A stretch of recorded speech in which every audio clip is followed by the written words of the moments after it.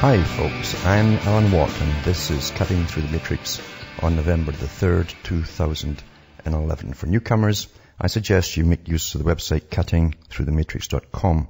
You'll find hundreds and hundreds of audios for download for free. And hopefully you'll understand the system that runs the world, the system that plans the future, planned your parents' future and your grandparents' future.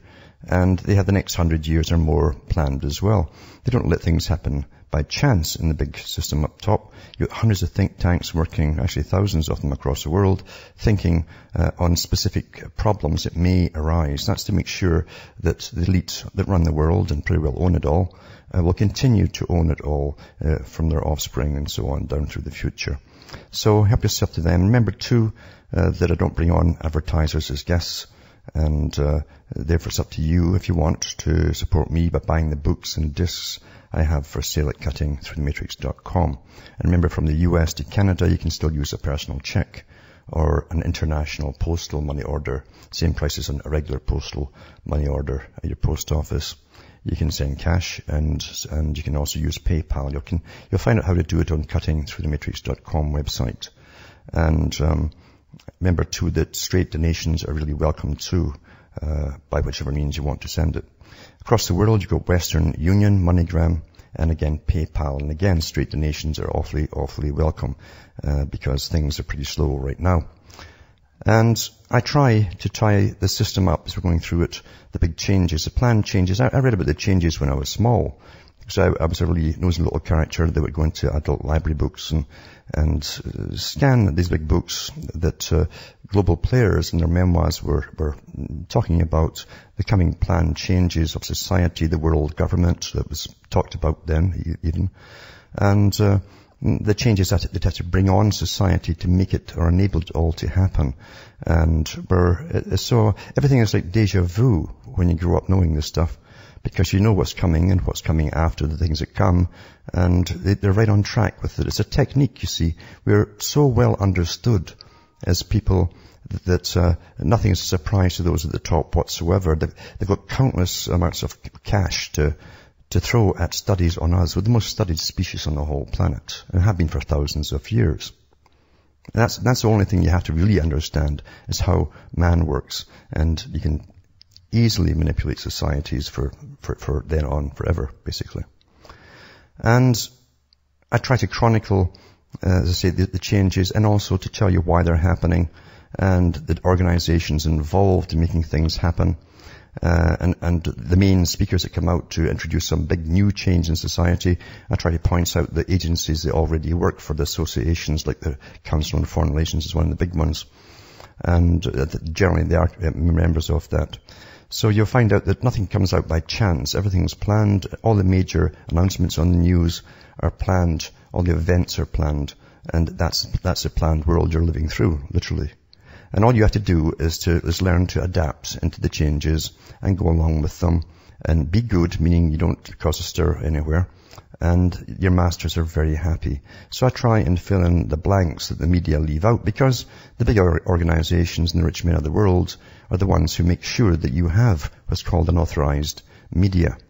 They've always owned it, and they tell you bits of stories and omit all the rest. And by omission, of course, you'll come to the conclusion that they desired you to come to. You can't help it. They lay out the track to follow, for your logic to follow, and you'll follow up right to the end, to the officially approved conclusion, and then you'll hold that as a belief. You'll even argue with it with other people, and you'll defend stuff that you've only been given partial knowledge of. That's the oldest trick in the book.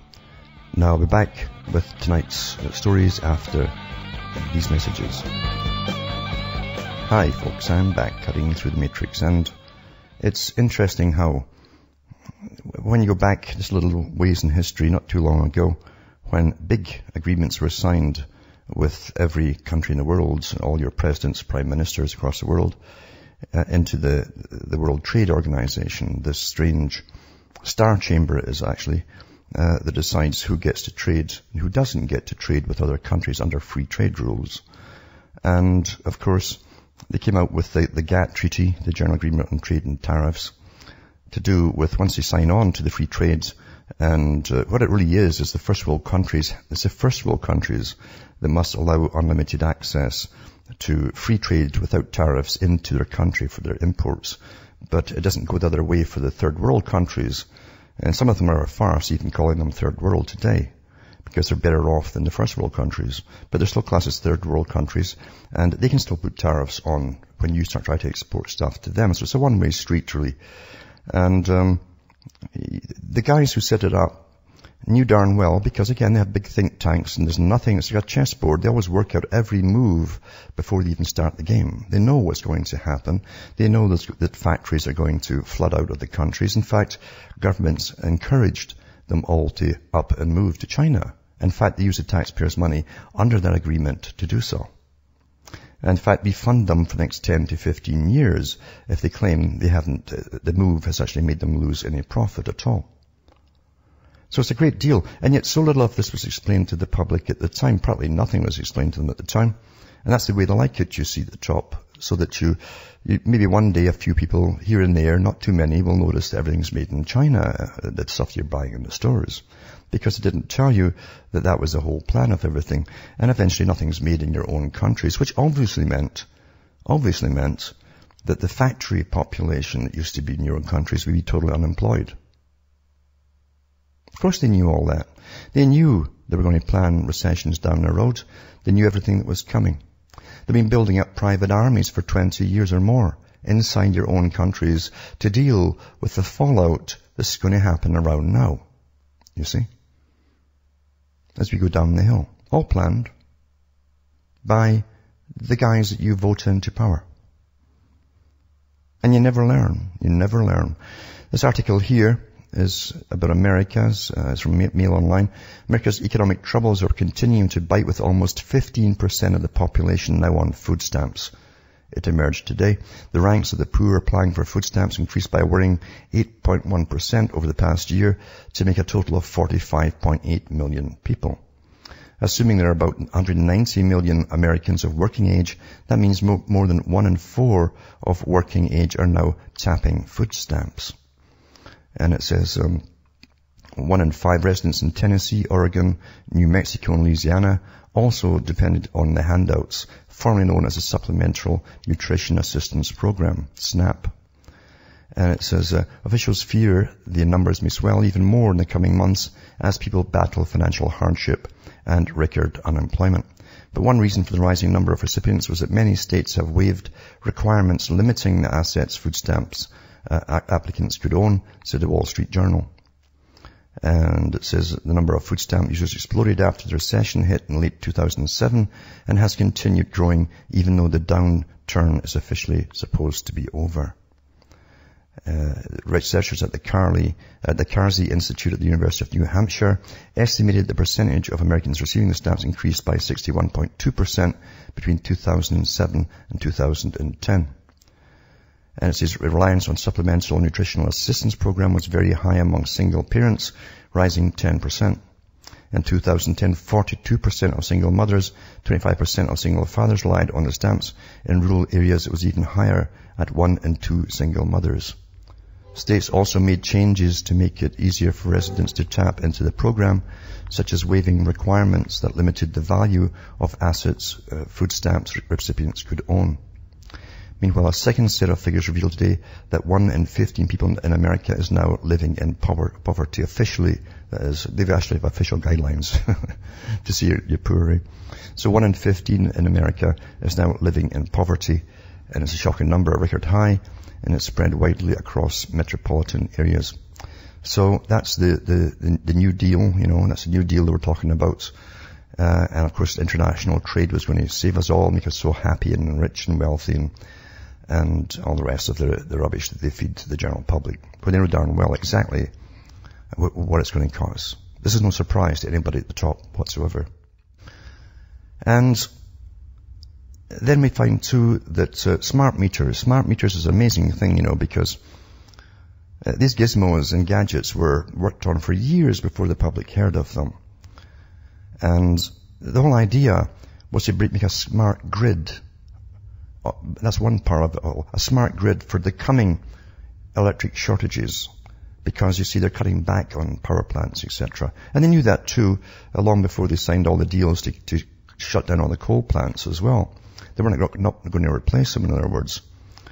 And even years ago, back in the 80s and 90s, they were showing over in Europe, rolling brownouts and how it would affect them, and how you could look up charts to see when your city was going to get its scheduled brownouts for the week, at what times and so on. And this is what's going to come to America as well. And these things not only can do that, cut different areas off, they can actually cut you off personally if they claim that you are using too much electricity. So there'd be penalties for going over a certain amount. You get warnings. We've had it in the papers in Canada, in fact, when they first talked about it. You'll get warnings and then they'll simply cut you off if you go over your quota. Rationing, in other words. And it'll depend, of course, on how necessary it is for you to have that power because of your social status. Are you working in local government, etc., etc.? Well, you need that all the time. You need power all the time. But if you're just an ordinary Joe, then you can do without a few hours every second or third night, something like that. So anyway, it also can pick up on all the different items used in your home. It's a spy in your home, actually, because everything now has chips in them that interacts with the smart meter, and it sends all this data back by 3 different ways. One is through the broadband, which basically is traveling back up the electric wires that it comes from. It also has an FM radio in it, built into it, and it also has a microwave built into it as well. And the microwave's been giving folk a lot of headaches and odd symptoms. You get oddest symptoms with microwave radiation, or the same stuff you're using in wireless. You get headaches, you can get pains in different parts of your body. They can move around over the hours into different other parts of your bodies, and nausea, rashes as well, and sometimes even disorientation with some people. So we're not meant, you see, to be bombarded with something that shouldn't exist in nature at that frequency and that power level. But anyway, our masters have thought better, and this is the agenda, and so they're going ahead with it. And by the way, the smart grid itself is to go around the whole world. And eventually you'll have one power company owning the power of the planet. I'm not kidding about that. They've actually put maps out on it, the power grid for the planet. Now, so it says, just as PG&E enters the final phase of its deployment of wireless smart meters in California, the largest of the state's investor-owned utilities has reversed course, quietly beginning to replace the smart meters of those reporting health impacts with the old trusty analog version. Consumers' rights and health groups immediately seized on the news, demanding that millions of Californians unhappy with their new wireless meters get their analogs returned immediately at no cost. Smart meters are new wireless utility meters being installed as part of the Smart Grid initiative, spearheaded by technology firms and backed by the Obama administration and the Department of Energy. Well, every country it's a big initiative, a global initiative. So it doesn't have to get Obama's name stuck in there. It doesn't matter what puppet they've got in. Promises ranging from lower utility bills, which is rubbish, by the way. Because what they do with the Smart Grid too, if you're one house amongst 20, they can pick your house. And they can run all the data through your meter.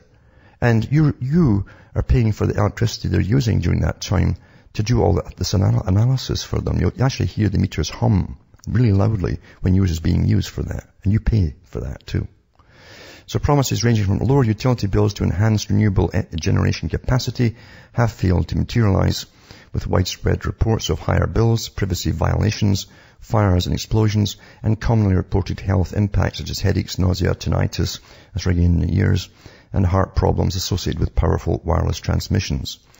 Widely disparate political groups from members of the Green Party to the Tea Party and Occupy protesters have attacked the program, and dozens of grassroots organizations have sprouted up over the past several months to fight what they call an undemocratic, unconstitutional, and dangerous assault on people in their own homes and neighborhoods. Dozens of people have been detained or arrested for peaceful civil disobedience and even simply speaking out against deployments. In California, more than 47 cities and counties have demanded a halt to installation, and a dozen local governments have passed laws prohibiting the controversial technology. The smart meter issue has further angered a public already seething at the utilities over repeated gas explosions, safety breaches at nuclear reactors, and an increasingly extortionate rate structure. Word of California's smart meter nightmare has spread across the country and around the world, prompting some utilities to place smart meter plans on hold, and recently Nevada PUC to call for investigations into the health effects and other smart meter problems. So at least starting somewhere, and everyone has to keep up the pressure to have these spies in your home removed, because that's all they are, spies. And they have the ability to just cut you off as they nosy around and see what you're using. Or should you use that? They actually send you little notes, by the way, in your bills, if you've been a good boy or a bad boy, depending on your usage, you see. And don't you resent getting treated like a child? Huh? I mean, since when are utility companies supposed to be involved in psychological operations like this? You're training you like a little animal by little gold stars. Or little red ones. Back with more after this break. Hi folks, I'm Alan Watt. We're back cutting through the matrix, and over the years I mentioned the agreements between Canada and the US and Mexico as well. Not just free trade, but also to do with security and also to do with so-called emergency management and cooperation. Of course, the whole idea is to unite the whole continent eventually in every sphere, in every sector. But there's an article out now to do with security. So officials in the Great Lakes region hope to finalize an emergency management agreement with Canadian provinces by the end of this year, thereby enabling first responders from each country to respond to disasters on either side of the border if requested. Now that also means social unrest, folks, because that's in their treaty from the last time I read it. Representatives of the Department of Homeland Security told a congressional field hearing Friday. In the coming weeks, the DHS, the Department of Homeland Security, hopes to see ratification of an international emergency management assistance compact by the Canadian government, said Andrew Velasquez, administrator of Region 5 of the Federal Emergency Management Agency. Recently, emergency management associations from both countries, as well as federal, state and local officials, have reviewed the language of the agreement under the Central Regional Emergency Management Advisory Committee, called CREMAC, I guess they cremate you after the disasters, consisting of some U.S. northern states and the Canadian provinces of Ontario and Quebec. FEMA helped establish CREMAC in the mid-1990s. Interesting, eh? Before 9/11. Canada put through an omnibus crime bill. It was actually a terrorist bill in 98. Just in case, you know. They have good crystal balls there. Velasquez told a hearing of the House Homeland Security Emergency Preparedness Subcommittee in Detroit, Michigan. It stands alongside three other geographic advisory councils, the Eastern Regional, which is called ERIMAC, Prairie Regional, which is called PREMAC, and Western Regional Emergency Management Advisory Committees, which is called REMAC. It says FEMA Region 5 hosted a meeting of participants in CREMAC and PREMAC on October 26, largely hammered out a consensus between U.S. and Canadian agencies, Velasquez said. Once ratified by the Canadians, the CREMAC would enable first responders in the states in FEMA Regions 2, 3, and 5, including Michigan, Minnesota, New York, Ohio, Pennsylvania, and Wisconsin, and the Canadian provinces of Ontario and Quebec, to respond to emergency calls from either side of the border, Velasquez said. In so doing, both countries would pool the resources and manpower to deal with any terrorist attack or natural disaster in their shared area along the U.S. northern border. The Central Regional Emergency Management Advisory Agreement and a companion Prairie Regional Emergency Management Advisory Agreement, as the assistance compacts are formally known, also would permit shared planning and exercises between U.S. and Canadian jurisdictions to improve their preparedness, response and recovery activities. Under the agreements, one member state or province could send people or equipment to any other participating state or province. So military and the whole lot can get interchanged and go back and forth. The agreements are modeled after an existing international emergency management assistance compact already agreed upon by states and provinces in the ERIMAC. 5 Eastern Canadian provinces and 6 U.S. states participate in the agreement, which received ratification both from U.S. Congress and the Canadian Parliament around 1996. In 1998, REMAC jurisdictions likewise set up the Pacific Northwest Emergency Management Agreement to enable international assistance in border area disasters between 3 western U.S. states and 2 Canadian provinces. So anyway, the Coast Guard's involved, everybody's involved, and It's basically the pooling of resources, as they say, which is just the joining of all the special teams and military, etc., that would deal with any problems whatsoever of any kind whatsoever. But it's ongoing, and every agreement, of course, binds them closer together and loosens any problems up so they can get through much faster to deal with. And the social unrest is high on the priority, by the way, on the other documentation. Now, I've mentioned Richard Mueller being accused of hiding the decline of the so-called global warming. But I'll put this link up again. It's Berkeley warmist Richard Mueller is accused of hiding the decline by a team member. It was hailed as a scientific study that ended the global warming debate once and for all.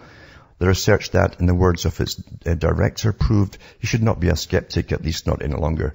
Professor Richard Mueller of Berkeley University in California and his colleagues from the Berkeley Earth Surface Temperatures Project team claim to have shown that the planet has warmed by almost a degree centigrade since 1950 and is warming continually. Published last week ahead of a major United Nations climate summit in Durban. They always throw these fake figures out just before and they actually admit that too. I've read the articles where they admit they do this every year. South Africa next month, their work was cited around the world as irrefutable evidence that only the most stringent measures to reduce carbon dioxide emissions can save civilization as we know it. But today the Mail on Sunday can reveal that a leading member of Professor Mueller's team has accused him of trying to mislead the public by hiding the fact that best research shows global warming has stopped. Professor Judith Curry, who chairs the Department of Earth and Atmospheric Sciences at America's prestigious Georgia Institute of Technology, said that Professor Mueller's claim that he's proving global warming skeptics wrong was also a huge mistake, with no scientific basis. Professor Curry is a distinguished climate researcher with more than 30 years' experience and the second-named co-author of the Best BEST Project's 4 research papers. Her comments in an exclusive interview with the Mail on Sunday seem certain to ignite a furious academic row. She said this affair had to be compared to the notorious ClimateGate scandal 2 years ago. Like the scientists exposed then by leaked emails from East Anglia University's Climatic Research Unit, her college from the BEST project seemed to be trying to hide the decline in rates of global warming. We're actually cooling. So I'll put this article up as well, because we've got to always remember the game's going on. Some people understand it, then forget it again. Amazing, eh? Back with more after this break. Hi, folks. We're back, cutting through the matrix. And just before I take callers, after reading that article too about 1 in 15 in poverty in the U.S. and so many on food stamps and so on, then you go back to the big mortgage companies, and it says mortgage finance giant Freddie Mac said on Thursday it was seeking an additional $6 billion from U.S. taxpayers following its worst quarterly loss this year. The government-owned company reported a comprehensive loss in the third quarter of $4.4 billion, it said, in a filing with the U.S. Securities and Exchange Commission. That compared with a $2.5 billion loss for the same 3 months period in the previous year. Despite income of $4.6 billion, the company registered a net worth deficit of $6 billion, which was partly attributed to a $1.6 billion quarterly dividend payment to the Treasury. So in other words, they want to be exempt from that. The weak labour market and fragile economy continue to be heavily on the single-family market, causing many potential buyers to sit on the sidelines or opt to rent despite high affordability and record low mortgage rates, Chief Executive Officer Charles E. Haldeman said in a statement. Freddie Mac has now drawn $72.2 billion from the government. It's not bad, eh? Since it was taken over at the height of the financial crisis in September 2008, the government seized both Freddie Mac and larger rival company Fannie Mae as mortgage losses at the two firms piled up and threatened them with insolvency. Freddie Mac has now returned $14.9 billion of the money it has drawn from the Treasury in the form of dividend payments. Looking ahead, we expect the tepid recovery to continue to put downward pressure on house markets into early next year, Haldeman said. So, it's just amazing. I mean, you should get a job in government and get into one of these companies, and you just can't fail, can you? And you'll still get your $1 billion pay raises and your little bonuses at the end of the year. Astonishing, but not really astonishing, because you see, we live in a corrupt system, and it's really always been this way. In the past, they were better at hiding things and covering things up, see. And now, of course, some things leak out in the papers once in a while, when they can't keep the magic going anymore. Now we'll go to the callers, and there's Karen from New York on the line. Are you there, Karen? Hello. Hello. Hello. Yeah. Hi, how are you doing? Not too bad at all. This is a little off topic. I was wondering if we could talk about culture creation. Mm-hmm. I was thinking about, in the late 18th, early 19th century, you had a lot of archaeological expeditions, and you had Freemasons, say Sir James Fraser, or with the Golden Dawn, or Yeats and the Golden Dawn Society, collecting all the folklore of Ireland, or different areas, and how it seems like they collected this and analyzed it, and into pop cultures, sort of reshaped it, like took all the foundation myths and rewrote them to kind of make a standard product that they sold the public. Yeah. Can you talk about that a little bit? Well, we know that Yeats belonged to societies that were meant, their whole function was to try and revive what they thought was the old mythical cultures of places like Ireland, countries like Ireland, and so on, and others. And they brought forth the fairy lore, the old fairy folklore, up to a higher standard too.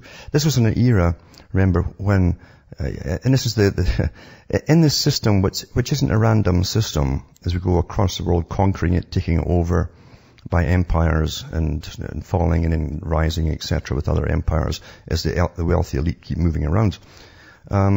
They'd pretty well reached a period at that time of the highest level of empire.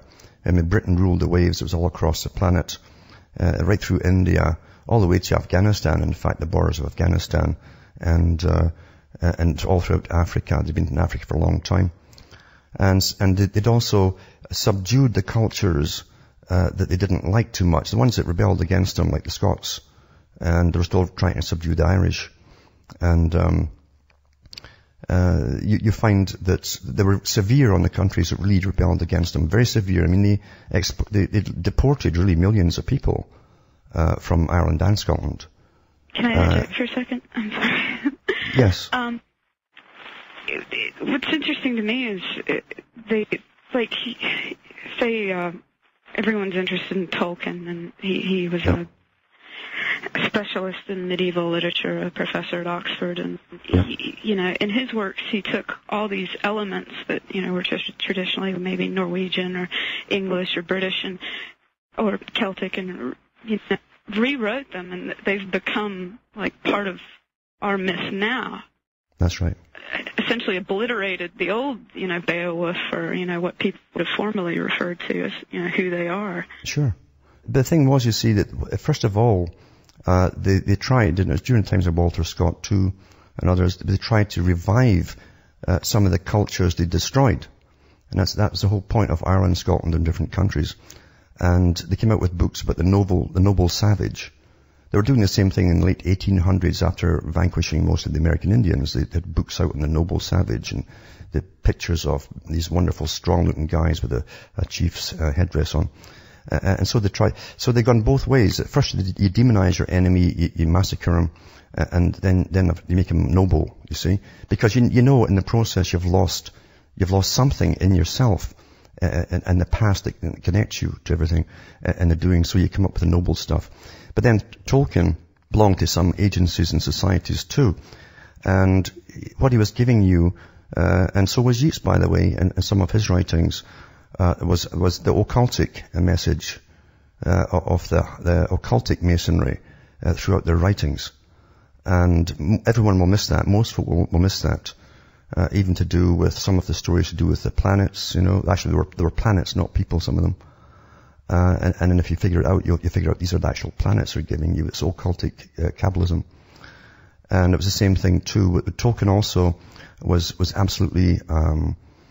He was obsessional about the pronunciation of the language that he was involved in creating for his books and series, and even had arguments with Yeats over it. If Yeats, just slovenly mentioned a word, he would literally blow up.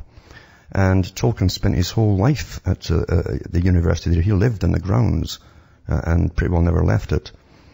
And whereas Yeats went off and had his own societies outside there in the Masonic fields. So it's interesting. Tolkien, he was an orphan, right? I believe, and I mean, you find these certain characters like Samuel Taylor Coleridge, that was an orphan as well, and these certain people they bring in, who are I guess the more talented or educated, and then you kind of used in that way.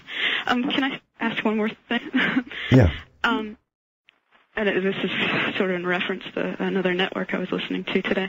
I think it's interesting how like these fictions have, become myths themselves, and have actually are part of people's reality today. Like you see all this spacecraft and reptoid and all this nonsense, and this stuff was originally part of the pulps in the 1920s, and then in the 1930s you have Julie Short and Stan Lee, and these a couple of characters who run the comic books. Yeah. And you look at a comic book and it's sort of like hieroglyphs. It's like that. This is why people will pay $1 million for a comic book. The image and the word are melded together, and it sticks in the mind, and they created like a whole new set of gods. Well, actually, you're quite right in that, but maybe more right than you realize, because, I mean, even the guys in Canada who came up with the idea of Superman, it was at the same time as George Bernard Shaw, and the Fabian Society, eugenics, and the demanding to kill off all of the inadequate and inferior and the poor. And they came up with the idea of Superman, and he wrote a book on it, about Superman, Shaw that is. And then they came up with the comic books, and you see these guys with the oversized muscles, etc., all as part of that whole genre at the same time. These were all meant to complement each other at the same time, because to change culture, you must have different areas of culture all working together on a project at the same time. So you're getting it in psychological departments, sociological departments, and even through the comic industry and the early movies. Yeah, the guy that did Wonder Woman, I believe he was a professor of like sociology or something like that. I can't remember exactly. But well, yeah, they were talking literally about altering mankind before they were right into genetics, of course. But they were into creating if man can evolve, that's the theory, of course, evolution. If you can evolve, then you can force evolution on the right kind of people and come up with a super species of humanity. And that was an old elitist idea that was still on the go, still is. And you can see it today with generations now, Yeah, absolutely. But it does become your culture, as you say, and it affects your influence. It influences so much on how you see the world, your interactions with people. Even the old Star Wars series affected the whole generation there. And never mind the Star Trek series, but the Star Wars certainly did too. And the little stories between fictional characters and even fictional monsters actually become very real to them, and how they'll work out their own problems in interactions with others around them. They actually take it from these fictional things that are presented to them when they're young. Yeah. It's interesting you mentioned Star Trek. You sometimes mention Mad Magazine, and that was originally from EC Comics, Entertaining Comics. They had run a series called Weird Tales and Tales from the Crypt and all that kind of stuff, and they used to have mass burnings of the comic books in the 50s, the Christian associations. And, at the time, maybe they were right. But it's interesting, the daughter of one of the artists, her husband was a ghostwriter for Star Trek, and he had been formerly CIA. I'd talked to the guy, and he had written,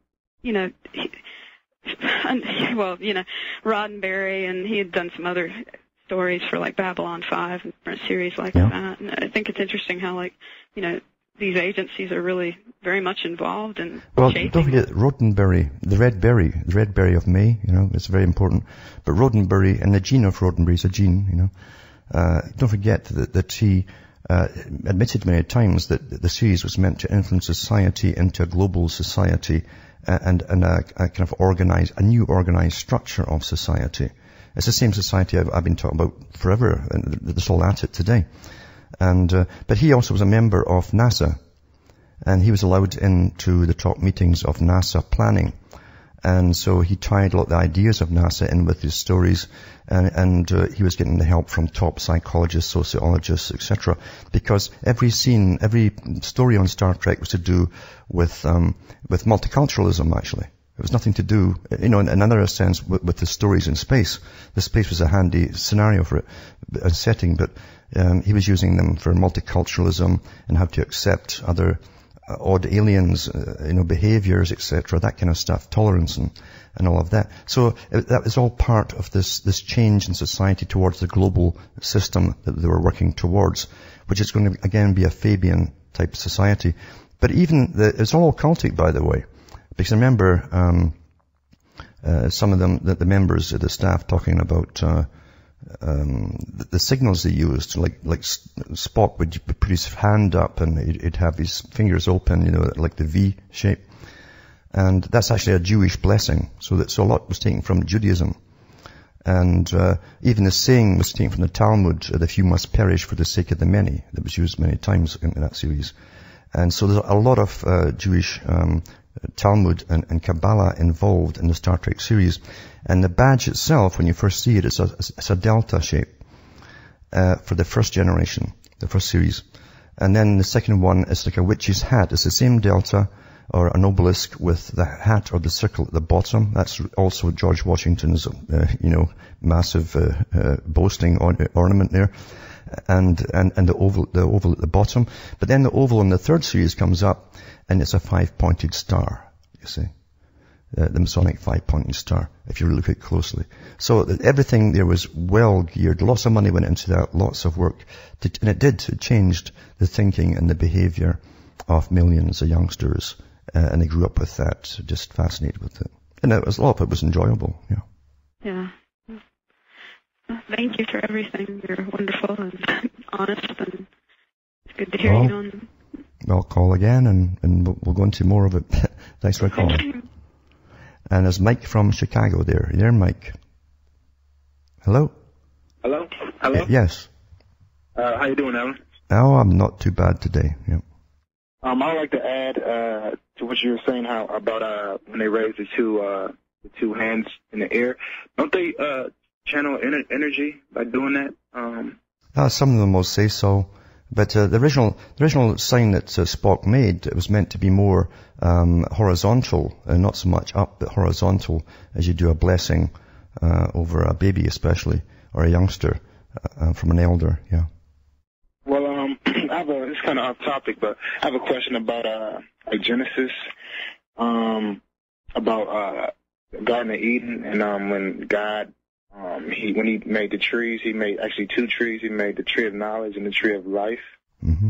And I understand the tree of life, like as the scions. The scions, like when you see it, like if you were to draw it on a piece of paper, mm-hmm. like a geometrical structure. Yeah.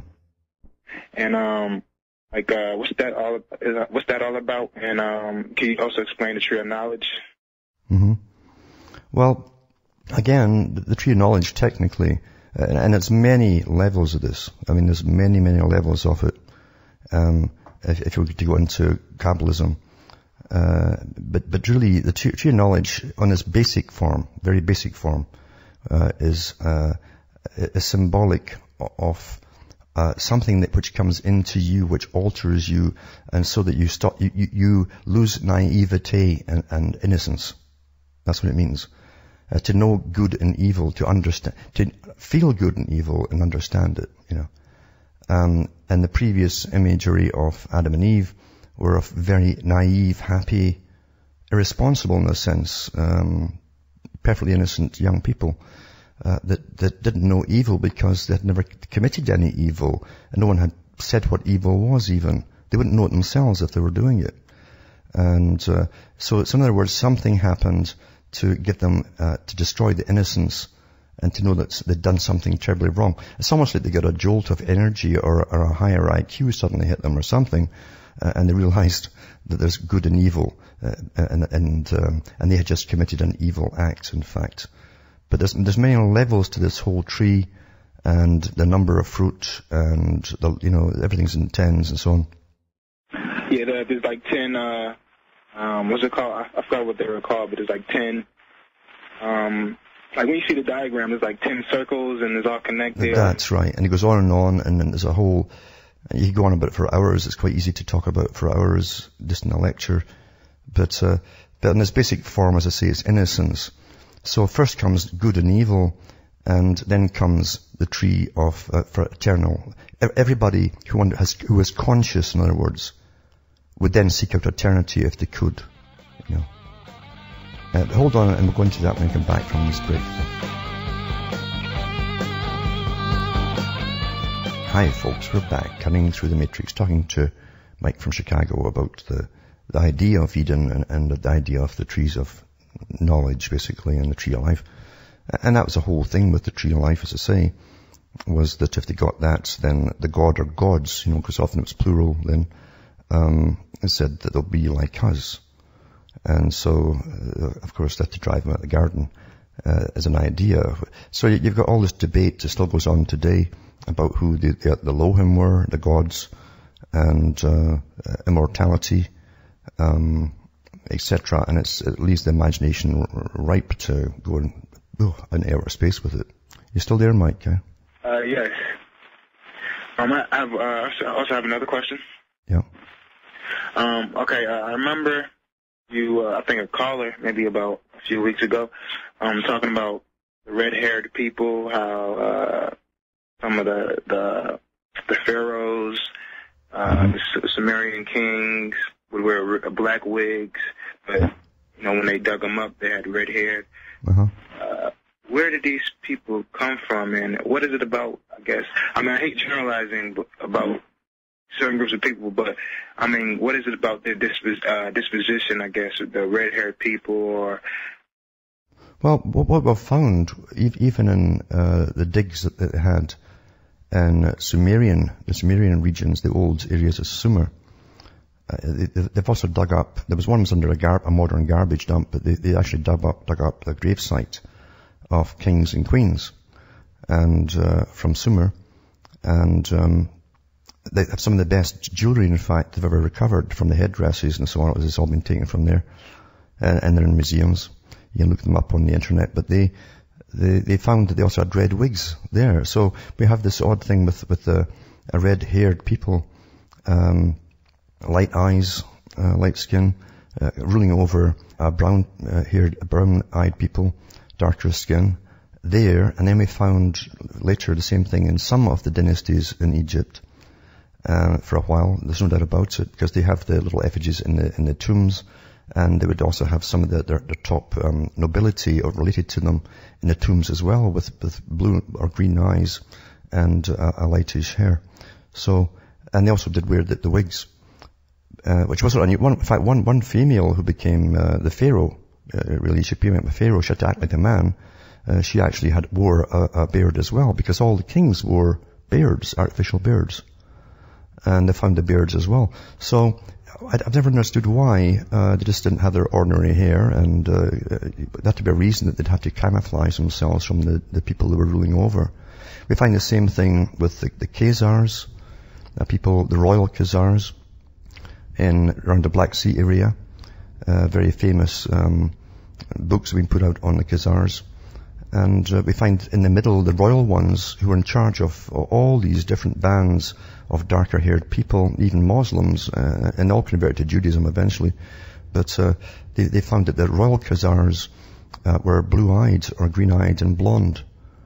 And what happened to them, we don't know, unless they moved on and became the royalty of other countries, which is possible.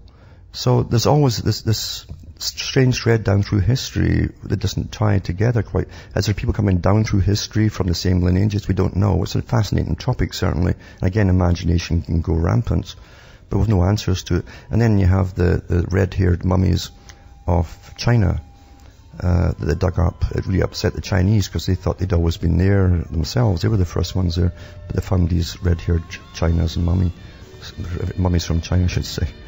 But thanks for calling. And I better go tonight, so the music coming in. Number two, read the letters between C.F. Lewis and Tolkien. They're fascinating. if you want to be more in that area. From Hamish and myself, Ontario, Canada, it's good night. May your God or your gods go with you. Remember, buy the books and buy the discs and donate, and hopefully I can keep going on for a little while longer.